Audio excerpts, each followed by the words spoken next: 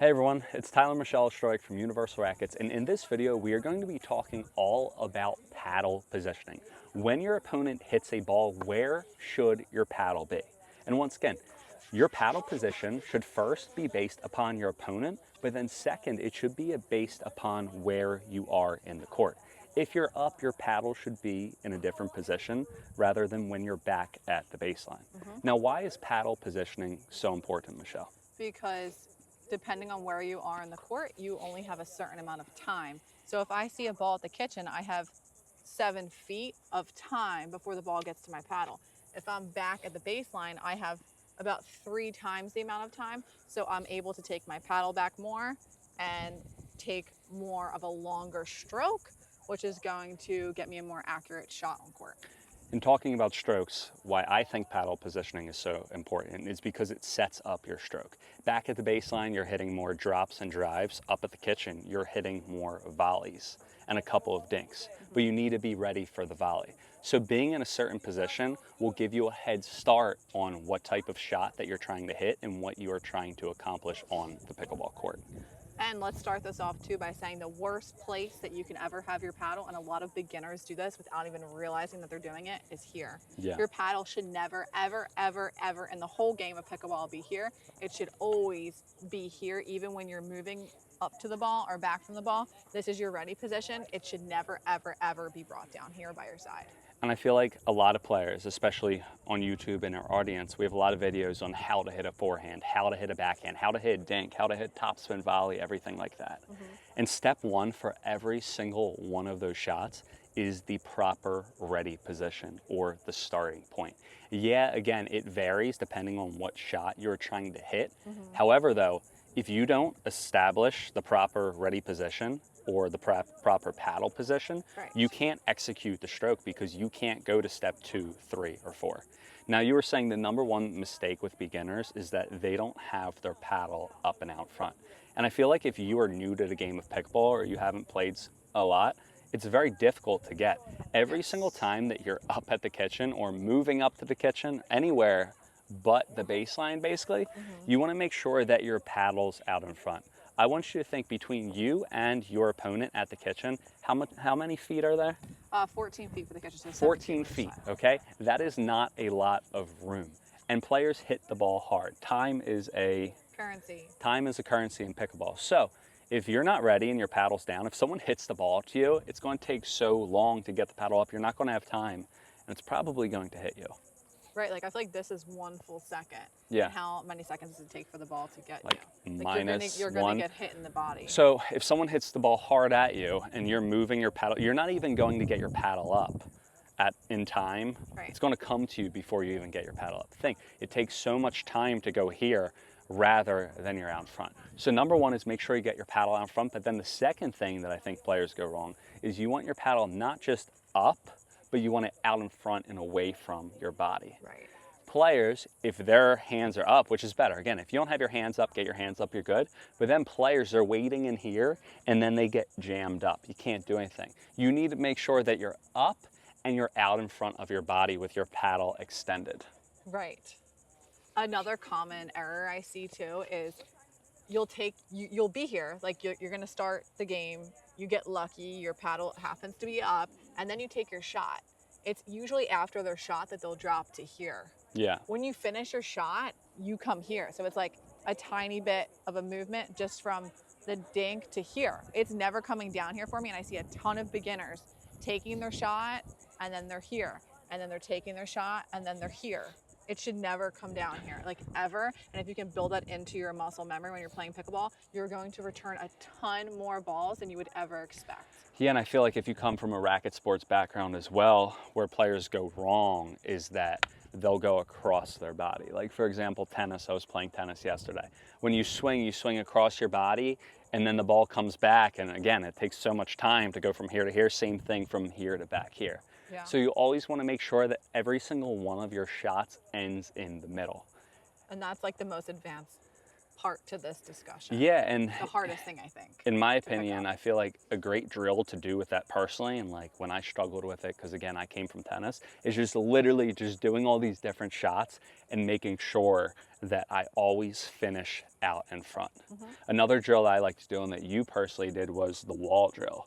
You were really going up against the wall because the wall's so fast and the ball's going to come back to you every single time You don't have time for any of those. to just go. And you really liked doing that as well. Yeah. So paddle up and out in front is huge. I like to think that you're like hugging a tree. You want it here, right? There's space for an actual tree rather than being close. Right. Also, that's going to allow you to get the ball earlier. It's going to allow you to hit the ball higher up and of a more aggressive position than just letting the ball go down or get jammed up. Another thing I just thought of too with the paddle up, because if I get hit here, it's still too close to my body. It's not even gonna, if it does happen to hit my paddle or I get my paddle on it, it's not gonna go over the net because it's too close to me. You wanna kind of think that you can be able to get 2 pickleballs in your armpits, which is like another drill or another way you can think about it. Yeah. Because if I'm here, they're gonna fall out of my armpits, but if I'm here, they're gonna stay in. Yeah, and that's a great drill to do That's as a well. Tyson McGuffin drill. And that's a drill to eliminate backswing as well. Right, because which if is you totally do good. that, you'll drop Why the don't we ball. show them real quick? Because this is an amazing drill for so many different things. What we're going to do Oh, is great. we're literally I'm the going to one? put pickleballs Oh. beneath her armpits like I that. don't want to be the one. And she's going to go and just do shadow swings right now. And she's going to swing like that. And again, it's going to eliminate the backswing, and it's also But going look. to eliminate having to, look, if she takes it back or swings across, the balls are going to go out of here. So we highly recommend doing It's not glamorous, but it will help. It your does game. work. I mean, It maybe does. don't give the balls back to the person that gave them to you if you're not married. Unless you're, That's okay. married. That's a good way to put it, married. Yeah. So I was thinking when you were explaining you want your paddle to be up out in front, I was thinking like, why do you want your paddle to be up out in front if someone's going to dink the ball to you? Right. And that might be a common question to beginners, because if I'm here, well, my dink is down here. Why aren't I waiting for my paddle down here rather than up here? Do you know the answer, or do you want me to answer that? I'm pretty sure I know the Okay. answer. Because number one, the ball's coming over the net, and if my paddle's up here, I can reach that out of the air and intercept the ball. And then if the ball does happen to bounce in the kitchen, I have time to go from here to here. Yes, and Am I right? that's what I said is time, at least in my opinion. If someone dinks the ball at you, you're going to have time to lower your paddle. But if someone speeds the ball up at you, you're not going to have time to get it up and out in front. I would almost call this YouTube video secret tips to better hands. Because these are like secret ideas that you can think about to understand the game that's going to just make you have better hands. Which is 100%. But the cool thing about this whole video is we're not just giving secrets to better hands. We just gave secrets to better hands. We can make it one section. But we're going to be talking about all throughout the court, from the kitchen to the transition zone, back to the baseline, and then also our second thing, basing our paddle position off your opponent. Which is the most important thing to do in an actual game, but take the fundamentals first and then apply that to your opponent. So make sure you guys stay tuned for the whole video. This is going to be a masterclass. This isn't just a secret. We're going to give you guys every single thing in this whole video. So make sure you stay tuned, make sure you like, make sure you subscribe, and keep on watching. Okay, so now, secrets. We are going from the kitchen back to the baseline. So what's the number one thing, and you can tell everyone, and I'm going to position the camera while you're talking to everybody, of what to do when you get further back into the court? Okay, so if I'm here at the kitchen, my hands are here, I'm always in an athletic stance to be able to move left or right. But say, for example, I unfortunately hit a higher ball and my opponent is able to intercept the ball across the kitchen and take it out of the air. I know they're being aggressive towards me, so as soon as I see that or feel that ball getting high, I'm gonna take one step back, and then as I'm stepping my body back, my paddle lowers with my body, because I know if they're gonna take the ball from high to low, it's going to come to my feet or somewhere down here. So as I'm moving back, my paddle starts to descend as I get further and further back in the court. I have a great reset and transition. I can pick up a ton of balls that are attacked at me here because I know that my paddle's already down based on the shot that I gave them to attack me with. And again, don't get too far. We're trying to make this a section of how to get better hands. Now we're going into opponents. That's after we talk about all this stuff. Right, but we when I gotta move tell back, them my how body to crawl moves back and before my how to paddle walk. goes down. I Yeah, said that. essentially, basically, right now, what we have to learn before we even think about our opponents is the further back we get, the more we have to put our paddle down. The further back you are into the court, the more that your paddle wants to go lower. So when Michelle's up here, watch her ready position.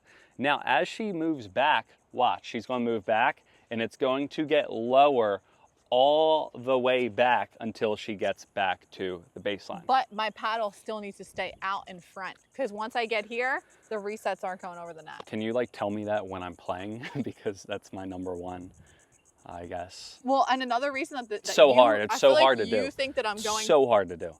Here's another thing. I feel like you think that I'm going too far ahead with this, but in the game of pickleball, we don't really usually start here and then move back. Yeah. So the only reason I'm bringing up that I would have to move back is if I give a pop-up, and that's the only reason why I brought that into the discussion. I like it. We could have started it from the baseline when you return, because then you're as deep and as far back as you can be, and then work your way up. But it's the same thing. You go from kitchen to back, or you go from low to high. But every single time the paddle's out in front, and you're just doing kind of like a So pyramid. just to clarify, when you're back, then the closer you get to the kitchen, the more you want your paddle to go up. So again, think, my paddle's up here, the further back I go, the lower I want it to get. Right. The further up I get, the higher I want it to go. And what you can do is just, again, you always want to keep your paddle out front in your vision. You should be able to look right at the tip. And again, you're going to move back, you're going to lower it, and then when you move up, you are going to raise it. Now, my question for you is, you're in like the transition zone right now. Right. Why is your paddle here and why isn't your paddle here like you told me up at the kitchen? Why is it here versus here? Why is it lower? Because if the ball is coming to my paddle up here, it's going out. So explain that a little bit. Okay, so if my opponents, can I say my opponents now? Okay, so if my opponents are hitting a ball and it's going to hit my paddle up here, I should let that ball go because it's above my shoulder. Any ball that's coming shoulder high, that isn't an incredible tennis player with topspin, is going to go long. So my paddle never really needs to be here. Of course, there is one other contraindication here, and that is if it is a high ball and it's a floater, I can come down and put the ball away. But for the majority of your time in transition, you will be working here, and you're going to be hitting drop shots that you want to reset yourself to get back up to the kitchen. And we'll show you guys real quick right now. So here we are, let these balls go, okay? So if I hit a ball really hard at her shoulder, where's it going to go every single time? Jesus, Tyler. Oh my gosh. You hit one on this side and then you hit the other one on the back. Yeah, I thought you were going to read it and not walk into it. Just kidding, guys. I was trying to get her back to go for talking about the opponents. No, I literally was going to alternate, and I didn't think that you would walk right into it. I was moving out of the way. I'm not trying to be mean at you in this video, but you're making me look like such the mean person. Like, I didn't think you'd be like, oh, okay, I'm alternating. Let me move into it. Let's keep it going. I don't want to crop this out. Just take responsibility. My responsibility was, I take responsibility for overestimating you of anticipating balls, and I apologize. Maybe we need to make a YouTube video on that. However, though, I'm gonna alternate again, okay? Take a step back real quick, ready? So I'm gonna go one here, one there, okay? Got it. So again, if she lets the ball go, what's going to happen? It's at her shoulder, it's going to go long. So she does not need to keep her paddle up there any single time. Even if you want to put this ball away, don't do it. Yeah, and it's so much harder. Ball away. And that's another thing. Like, a lot of players, they hit out balls. Yeah. And by keeping your paddle here, realize like it's here. If it's any higher, just let it go. Right. Now, again, there is one exception for this whole rule, and that is if the ball's floating, it's coming that way. Like that. My partner would come chase it over. I just want to specify I was going that way. All right. So move those balls because I don't want you to trip. Okay, because I love you so much. Uh-huh. However, though, again, if there's slow in gravity, then okay, this rule isn't going to work. But if it's here, keep your paddle here. Again, if she sees it any higher than that, just let it go. Yeah. It will force you not to hit an out ball. Now, that is easier said than done. Very much. Now, if I hit a normal ball and I'm going to hit the ball in, where's her paddle going to be? It's going to be there, so she can get under and hit the ball over the net in the transition. And I want you to notice again, even if the ball bounces, she's going to get it. Or if the ball's in the air, she's going to get it, okay? Let me say something. When the deeper you are, the lower you have to get too. And that's huge. Those resets are not an easy thing to do out of the air. Like he mentioned, it's one of my favorite shots to get because it takes a lot of finesse and feel off of your paddle. But the more you get into these legs, the easier it is to absorb that and lift it over into the kitchen. And I think another huge thing that you did right there, Michelle, is that you kept your paddle out front. And you do that so well compared to me. In transition. Because I think, okay, tennis, again, you always take a backswing. Even for your volleys, it was so funny. I played tennis yesterday, and I had like a floater volley coming to me, and I went like this. I literally was like this, and everyone like laughed at me around because I'm so used to pickleball and tennis, you want to take the racket back and step. Yeah. So again, it's super difficult to do, but you want to be here, paddle out in front, and then go. Always paddle out in front. I like to think, I don't know, I feel like Tyson McGuffin is like the best, or he looks like the most exaggerated doing this. He is always like this. Yeah. So just think that you're Tyson McGuffin, or watch a couple of videos of Tyson McGuffin and see how his paddles is just always here. Mm-hmm. Okay, now when you get further back, the lower you want to get. Now, why do you want to get lower? Why do you want your ready position to be lower when you're back here? Because you have to pick up balls that are coming to your feet. Because if any ball goes past, yeah, where's it going to be? Out. It's going to be out every single time. Yeah. So essentially, you're going to be taking the ball on the bounce every single time when you're back here. Mm-hmm. So you want your ready position at the lowest point possible. Now, here's a big thing. So my ready position is here, so then I can hit the forehand or the backhand. Now, when I talk about the number one thing, you want to feed me some balls so I can show them? Mm-hmm. So the number one thing where players go wrong is, even though my ready position is down here, I still want my paddle tip up. Because if I keep my paddle tip up, look, when I turn to hit the ball, then I'm going to drop my paddle. I'm going to be able to get under and lift the ball. Where too many players go wrong is that their paddle tip is down, and then they try to swing and the ball goes up super high. In order to hit a good shot, you need to make sure that your paddle tip is up. Think, it's not down, right? It's not forward. It's not all the way up to the sky, but it is up and forward. It's pointing at your opponent. When I'm up, is pointing at my, that's perfect. It's pointing at my opponent. The further back I go, I still want my paddle tip up at all times. And this is huge. So again, my paddle tip never drops. So I take it back with the paddle tip always pointing up. Now when I'm here, now I'm going to hit, paddle tip back, drop, and then I'm going to hit. If I do a backhand, here we are. I'm going to go here, and then I'm going to drop, ready position, paddle tip up. Now, the next thing again is making sure my ready position is up and out in front. Too many players, they go wrong, they can't hit a good return, they can't hit a good drop, because why? Because they do this. Their ready position is close to their body, and they make contact close to my body. Again, if my ready position is close, I'm going to make contact. If my ready position is out in front away, pretend the armpit drill with the balls that Michelle did before, and now I'm going to be able to make contact away from my body. So that is such a big deal on your drives, on your returns, and on your drops. Another thing too is if your paddle's too close to your body, you're jamming yourself for those shots, and you're also taking away your beautiful stroke. Yeah. You want to be able to get all parts of this in, because the more parts that you get for your ground strokes, like your forehand, backhand, drives, and drops, you want to be able to complete all the steps. If you're here, you're shortening everything up, and you're going to lose a ton of accuracy. Yeah.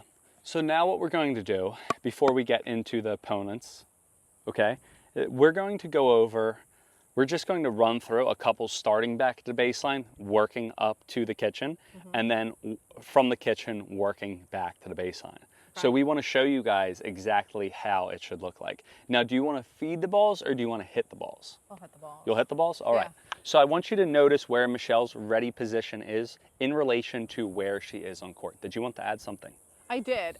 We talked about angling or pointing the position of your paddle at your opponents, because that's the direction you want it to be, because like you said, you don't want it down and you don't want it all the way up. After you make contact with the ball, your paddle should follow the ball. This is like money gold right now. This is how you know where to move on the court. So your paddle hits the ball, and then your paddle finishes wherever you place the ball, so that you're already a step ahead for the next one coming back. And that's huge. Right? Definitely, because you always want your paddle to follow the ball. Yeah. Because it'll help you position for sure. And then your partner comes with you. So it's a little bit higher, right? Do 2 back ends. Good. And look how low you had to get for that one. As she just, and that's where players go wrong in transition zone, is that they bend down at their waist. You need to get low in their legs. Or they're even upright like a Tin Man. Now move up to the kitchen and look at her ready position now. Her ready position is up and out in front higher, so she can hit those volleys every single time. And again, if it dinks, she'll just put the paddle down. But if it goes high, she'll be ready every single time. Now, what happens when, give me a pop-up, the ball goes high? You're going to put your paddle down. And see, it got back over. It wasn't perfect, but now I'm even more back. Let's do one more and then walk them through. So if Michelle puts her paddle down and I hit it high and I'm going here, where's the ball gonna go? It's gonna go long. The only place that I have when I have a high ball to get into the court is where? Down. Now Michelle might make contact in the air or she might make contact on the bounce.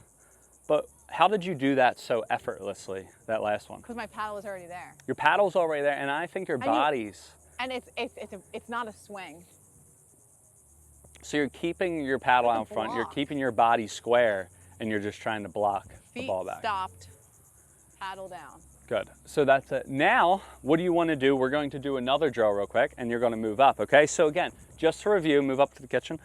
When your opponent pops or has their paddle up in the air, you're going to put your paddle down. The reason why is because they can't do anything but hit down into the court, so you should be ready, right? Now, if you see my paddle down, where are you going to go? Up. Paddle up. So if Michelle hits me a low ball and my paddle goes down, you didn't tell me where to go. Where's the ball going to go? The ball's going to go up.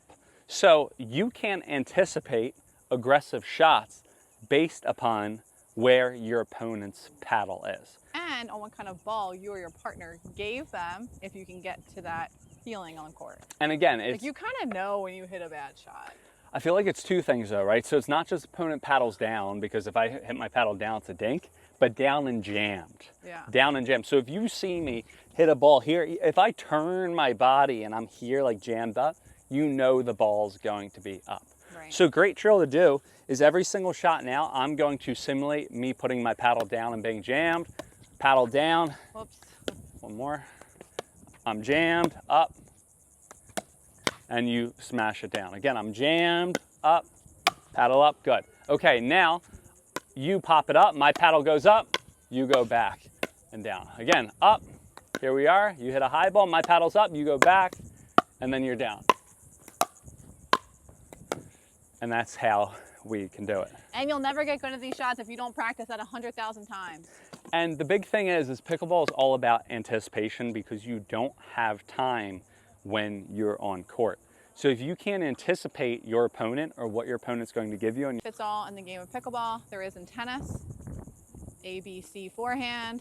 But in pickleball, everything depends, and everything depends on pickleball on your opponent. So get to know who you're playing against, know their tendencies, and attack their weaknesses. So if I see Tyler, like he said, coming down here, body's turned and he's jammed, I'm immediately going into attack mode, because I can see he has showed me the green light so that I can go ahead and attack him on the next ball. Even if it's a neutral ball, he's hurt, so I'm going to attack him. 100%. So your opponents will tell you everything you need to know, but we did give you a couple guidelines based on where you are on court to give you a couple of steps ahead compared to someone else who didn't see this video.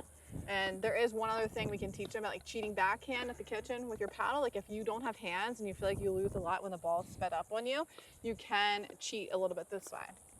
So instead of 12 o'clock ready position, you want to be 11 o'clock. So if you're on the backhand side, or if you're playing the right side, and you know again that over here is going to be out, you can cheat a little bit onto the backhand side so you can be ready for that shot. Right. Now, another big thing I think you explained, but because we're giving them a whole masterclass, we got to talk about it, is where you point your paddle to where the ball goes. Right. So Michelle and I are going to dink cross court now, and I want you to see where her paddle ends up every single time. Now, this is a huge thing, because this is going to help you not only get your paddle to, but wherever you point your paddle to, what's that going to do? That's going to align your body in the proper position. Right. And aligning your body in the proper position is going to allow you to have better shots. So what I mean by that is watch Michelle's paddle, okay? Every single time. She goes over here, her paddle's going to be pointing over here every single time. Notice where her paddle isn't pointing, do it wrong. Her paddle's not pointing over here, because then I can go over there and she's not going to be ready. Her paddle's going to point to me. I'm going to go up the middle. So then she can get that right there. And that's such a big thing. It's like a couple seconds, but if you don't have those seconds, you're never making that shot. So you always want to point it. And again, it's going to align her body a tiny bit. Also, as I'm pointing, like I hit him at an out wide angle, my paddle is pointing there and my body slid over there too. Because when the ball goes over there, my partner needs to move over too. So we're moving together because that's a low percentage shot. So you went back to fast hands, or you said how to get faster hands. I feel like this is such a huge part. Yes. Just following the ball and getting your paddle into the proper position. Right. So let's go over here real quick, right? So we're going to go straight. Now where's Michelle's paddle going to be?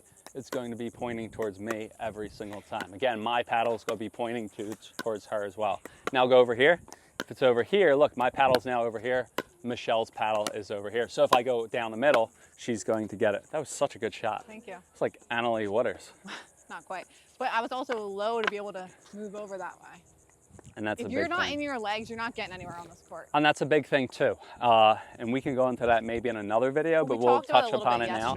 Is getting in your legs and having the proper footwork, which we'll put that link in the description. Because I feel like if you guys watch our paddle positioning video paired with the footwork, like if you're playing anyone in pickleball, don't share that with them like before a tournament, because that's going to be really good. Right.